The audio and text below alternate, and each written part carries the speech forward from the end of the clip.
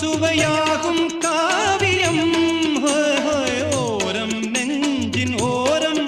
சுவையாகும் காவியம்